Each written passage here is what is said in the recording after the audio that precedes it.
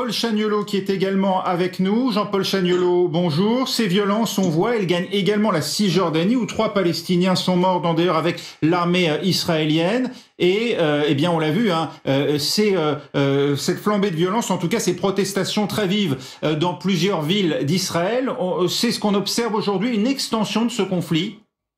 Vous savez, je crois qu'il faudrait revenir aussi sereinement que possible, et je sais que ce n'est pas possible, à des fondamentaux tout de même, parce que ce qui s'est passé à Jérusalem, c'était, comme on l'a dit tout à l'heure, à Sheikh Jarrah, des expulsions de Palestiniens de leur maison.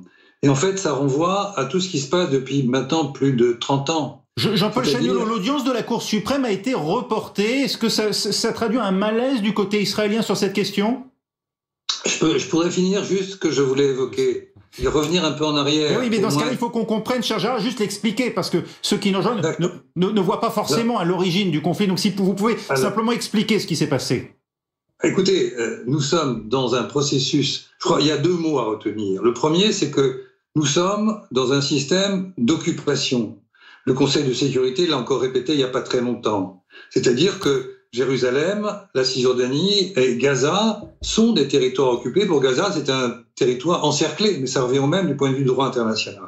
C'est le point de départ. Et dans ce cadre de l'occupation, il y a une colonisation qui est effrénée. Et cette colonisation, elle consiste à exproprier des terres et à expulser des Palestiniens de leur maison. C'est ce qui s'est passé à Jérusalem, à Sheikh Jarrah. C'est une histoire qui remonte à des années et des années. Or, les gouvernements successifs aujourd'hui en Israël, depuis au moins 20 ans, autour du Likoud, ont vraiment organisé systématiquement une dépossession. Et je crois que c'est le point de départ. Et donc à partir de là, vous pouvez rappeler simplement cet épisode. La Cour suprême devait effectivement rendre une audience sur des logements, très précisément, sur l'éviction de familles palestiniennes de logements à Sheikh Jarrah. Mais la Cour suprême, dans cette affaire, c'est presque un épiphénomène, puisqu'elle va s'appuyer sur quoi, la Cour suprême ? Elle va s'appuyer sur le droit israélien, évidemment. Or, le droit israélien à Jérusalem-Est, il faut bien comprendre... Et rétroactif, non ? Mais non. Il faut comprendre que, en termes de droit international, on n'a pas le droit, une puissance occupante comme Israël n'a pas le droit d'imposer sa législation. Et donc, elle le fait quand même, puisqu'en 1980, Jérusalem-Est a été annexée, et à partir de là, la Cour suprême va se fonder sur une législation interne. Mais c'est évidemment contraire au droit international, puisque le droit international interdit la législation d'une puissance occupante. C'est des choses très élémentaires. Donc voilà, donc le fait qu'on ait reporté la décision de la Cour suprême, la demande du procureur, et le même procureur sur la demande du Premier ministre et du ministère de la Justice, eh bien, ça n'a pas une importance considérable. La question fondamentale... Ça traduit peut-être un embarras quand même sur cette question. Oui, ça traduit un embarras parce que probablement la Cour suprême va cautionner ça parce qu'elle va s'appuyer sur elle a quand même des pouvoirs limités, la Cour suprême. Comme toute juridiction de ce type, elle s'appuie sur la loi.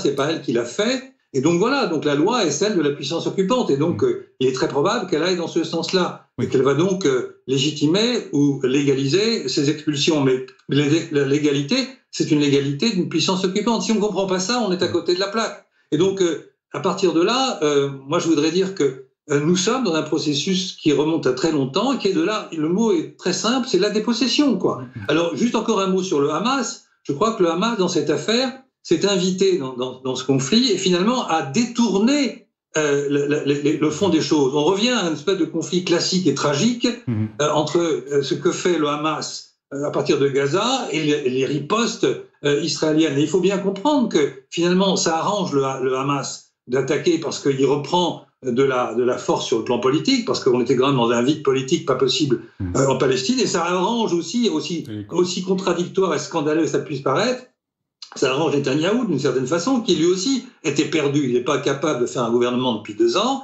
il est aujourd'hui en très grande difficulté, maintenant il retrouve son rôle habituel. Donc on retrouve cette espèce d'impasse tragique entre les tirs de Gaza avec le Hamas, et puis les ripostes de l'armée israélienne. On risque de continuer comme ça. Et du coup, on en oublie les fondamentaux. Et les fondamentaux, c'est une dépossession territoriale et foncière. Je crois que c'est ça qu'il faut bien voir. Et la première chose que Israël devrait faire, et ce que la communauté internationale États-Unis compris, sauf à l'époque de Trump, a demandé, c'est qu'ils arrêtent justement cette dépossession, qu'ils arrêtent ces expropriations et ces expulsions. Je crois que c'est ça le point de départ de toute possibilité de calmer le jeu. Sinon, on ne le calmera pas, bien entendu, et le discours du Likoud, qui a 20 ou 30 ans, est toujours le même, c'est qu'ils parlent de paix, et en même temps, ils vont déposséder les Palestiniens par une colonisation qu'ils estiment légitime, et par rapport aux Palestiniens d'Israël, aux citoyens arabes d'Israël, je rappelle tout de même qu'il y a eu en 2018, voté par 62 voix